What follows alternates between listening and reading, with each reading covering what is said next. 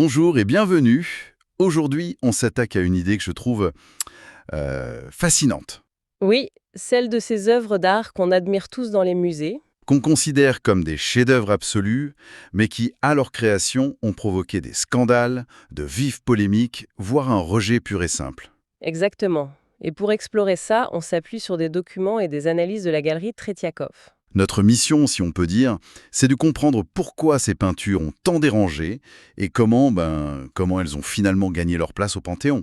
C'est une excellente approche. Parce que ces controverses, ce ne sont pas juste des anecdotes.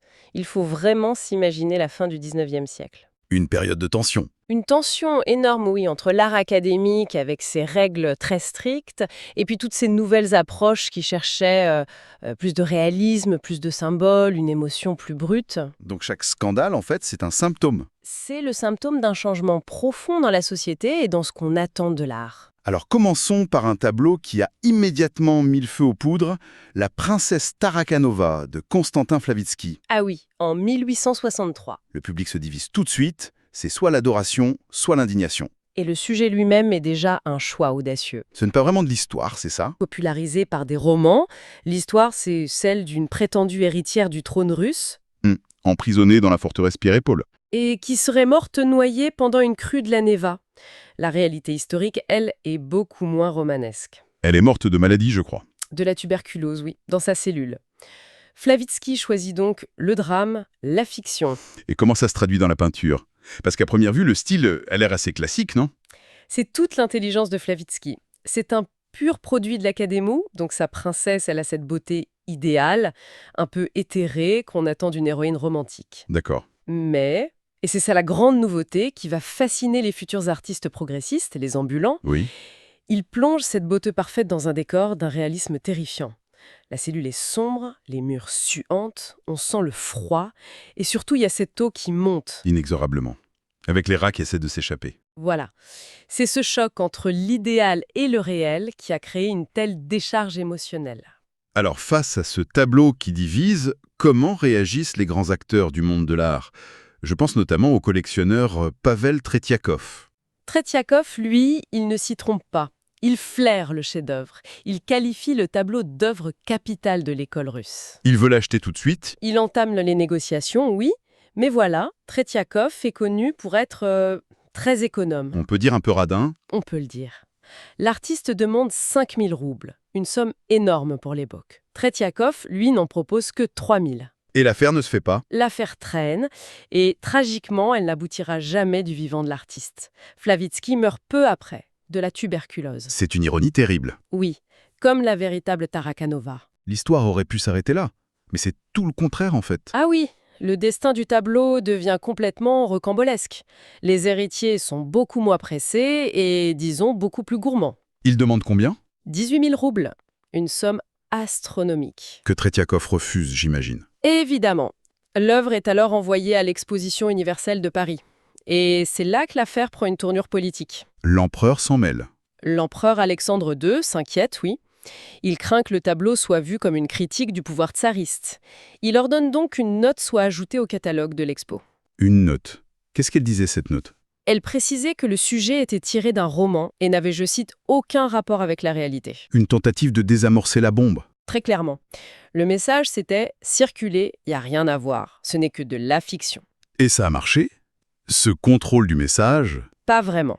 Le tableau n'est pas vendu à Paris. Mais à son retour en Russie, Tretiakov réussit enfin à l'acheter pour 4000 roubles. Un compromis. Et une fois dans sa galerie? L'œuvre acquiert une seconde vie. Le public a complètement ignoré la note de l'empereur. Pour tout le monde, ce tableau est devenu un symbole. Le symbole de la lutte contre l'arbitraire de l'État. Exactement. Et il y a ce témoignage incroyable du futur révolutionnaire Bonch Brouillevitch. Il raconte dans ses mémoires les serments qu'il prêtait jeune devant ce tableau.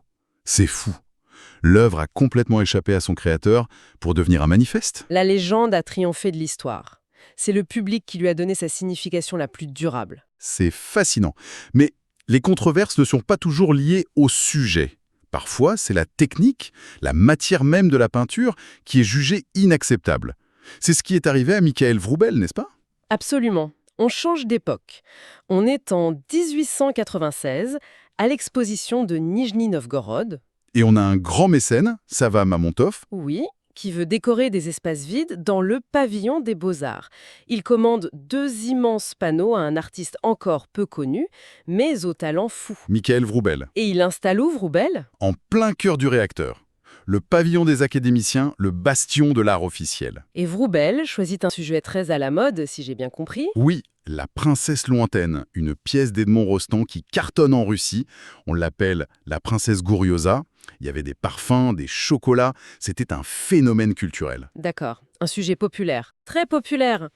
Mais il va le traiter d'une manière qui ne l'est pas du tout. Il travaille sur des échafaudages à la vue de tous et les gens se moquent ouvertement de ce qu'ils voient. Son style est déroutant.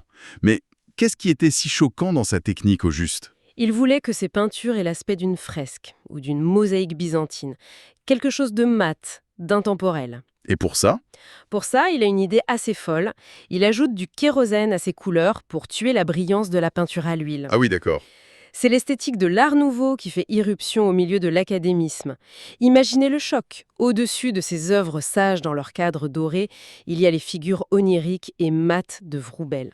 J'imagine très bien la réaction de l'Académie des Beaux-Arts. Scandalisé est un mot faible. Il trouve ça ridicule, décadent. Et alors que l'œuvre est presque finie, ils ordonnent son démontage immédiat. Une humiliation publique. Total. Pour l'artiste et pour son mécène. Mais Mamantov, ce n'est pas le genre de personne à se laisser faire. Pas du tout. Et sa riposte, c'est un coup de génie. Loin de s'avouer vaincu, il fait construire, à ses frais, un pavillon séparé, juste à l'extérieur de l'exposition. Et sur la façade, Il fait inscrire en lettres géantes « Panneau de Vroubel rejeté par l'Académie des Beaux-Arts ». c'est absolument génial. Exactement. C'est la riposte la plus élégante et la plus provocatrice qu'on puisse imaginer. C'est ça. Il transforme l'humiliation en un coup de marketing incroyable. Au lieu de cacher l'œuvre, il en fait un événement en affichant fièrement « Voici ce que l'establishment ne veut pas que vous voyez ». Et l'effet a été immédiat. Une file d'attente s'est formée. Tout le monde voulait voir ces fameuses œuvres interdites. Le scandale est devenu la meilleure des publicités. Mais les avis étaient partagés. Très partagé. La presse de la capitale a adoré. Mais des figures comme Maxime Gorky ou le jeune chanteur Fedor Chaliapine ont détesté. Même l'empereur Nicolas II n'a pas aimé, ce qui a beaucoup peiné Vroubel. Et après ce triomphe de scandale, qu'est devenue l'œuvre d'art? Alors là, l'histoire devient encore plus folle. Après l'expo, elle est stockée, puis elle disparaît complètement après la Révolution. On la croit perdue à jamais. Attendez, elle a complètement disparu? Comment est-ce qu'on peut perdre une toile aussi monumentale? C'est un scénario de film. C'est exactement ça. Et elle ne réapparaît qu'en 1956, dans un entrepôt du théâtre Bolchoï. Incroyable. On retrouve une toile immense, roulée, noircie, craquelée. Elle est si grande qu'on doit la dérouler dans le square en face du théâtre. Elle ne rentre nulle part ailleurs. Et on la reconnaît. On appelle les experts de la galerie Tretiakov qui, avec une joie immense, reconnaissent la touche inimitable de Vroubel. C'est une véritable résurrection. Quelle histoire! Aujourd'hui, elle est dans une salle de la Tretiakov construite exprès pour elle. Oui, C'est fascinant. Jusqu'à présent, on a vu des scandales liés à une légende jugée trop politique ou à un style jugé trop moderne. Mais parfois, c'est l'inverse. Le scandale vient quand l'art colle trop à la réalité. C'est le cas du tableau de Nikolai Yaroshenko, Partout est la vie. oui, tout à fait. Ce tableau représente un wagon de prisonniers, des gens de différentes classes sociales regardant à travers les barreaux. Et il a provoqué une immense vague de compassion. Oui, pour ces malheureux, comme on disait, mais en même temps, une partie de la critique a été très virulente. On lui a reproché sa tendanciosité, c'est ça. Un mot un peu daté, mais qui veut dire qu'il était trop engagé, trop politique. Exactement. Un critique a même écrit que ce n'était pas de la peinture, mais un article de journal. Mais l'artiste, lui, se défend. Il se défend en disant qu'il voulait montrer plus que la simple réalité. Et pour ça, il a utilisé des astuces de mise en scène très audacieuses. Comme quoi?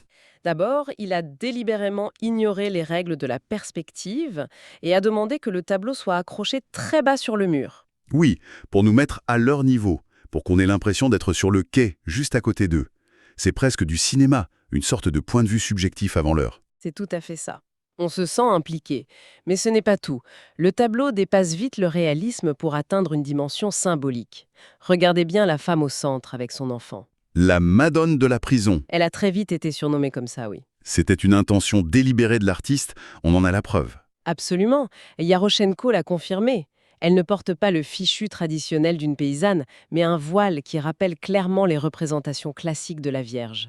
Et les pigeons? Dans l'iconographie chrétienne, c'est un symbole du Saint-Esprit, et on sait que le titre initialement prévu était De quoi vivent les hommes, d'après une nouvelle de Tolstoï. L'intention allégorique est donc très claire. On voit donc qu'un réalisme trop cru pouvait choquer. Mais l'inverse était aussi vrai. Un tableau qui tourne le dos au réalisme pouvait être tout aussi incompris. C'est le paradoxe de l'époque. Et Victor Vasnetsov en a fait les frais. Ah oui, quand il présente son tableau après la bataille d'Igor Sviatoslavitch en 1880, c'est un fiasco total. Il se plaint amèrement. Tout le monde tourne le dos à mon tableau. Personne ne comprend. Mais pourquoi un tel rejet? Qu'est-ce qui a tant dérangé? Le public le connaissait pourtant bien. Justement, il était connu et très apprécié comme peintre de scènes de la vie quotidienne, pleine de finesse, d'humour. Et soudain, il arrive avec cette scène historique immense, silencieuse, presque mystique. Personne ne s'y attendait. Personne. Les critiques ont été assassines, théâtrales, artificielles, une nature morte. On lui a surtout reproché un manque de vérité de la vie, le critère suprême pour beaucoup à l'époque. Ils sont passés complètement à côté de son intention, en fait. Complètement. Ils attendaient une reconstitution, une leçon d'histoire. Mais ce n'était pas du tout son but. Lui, il voulait peindre un poème. Le dit de la campagne d'Igor. Exactement, un chef-d'œuvre de la littérature médiévale russe. Sa démarche était poétique, pas historique. C'était radicalement nouveau et le public n'avait pas les codes pour déchiffrer. Heureusement, tout le monde n'était pas aveugle. Il y a même eu une petite intrigue pour son acquisition avec Tretiakov, encore une fois, au centre du jeu. Oui, le grand-duc Vladimir Alexandrovitch voulait l'acheter. Le peintre Répine, sentant le danger, a écrit en urgence à Tretiakov. Pour lui dire quoi? Pour lui dire que c'était une œuvre nationale de grande valeur et qu'il ne fallait surtout pas la laisser passer. Et comme souvent, Tretiakov a été le plus rapide. Il l'a acheté pour 5000 roubles. Et la perception du public a fini par changer. Oui, et très vite.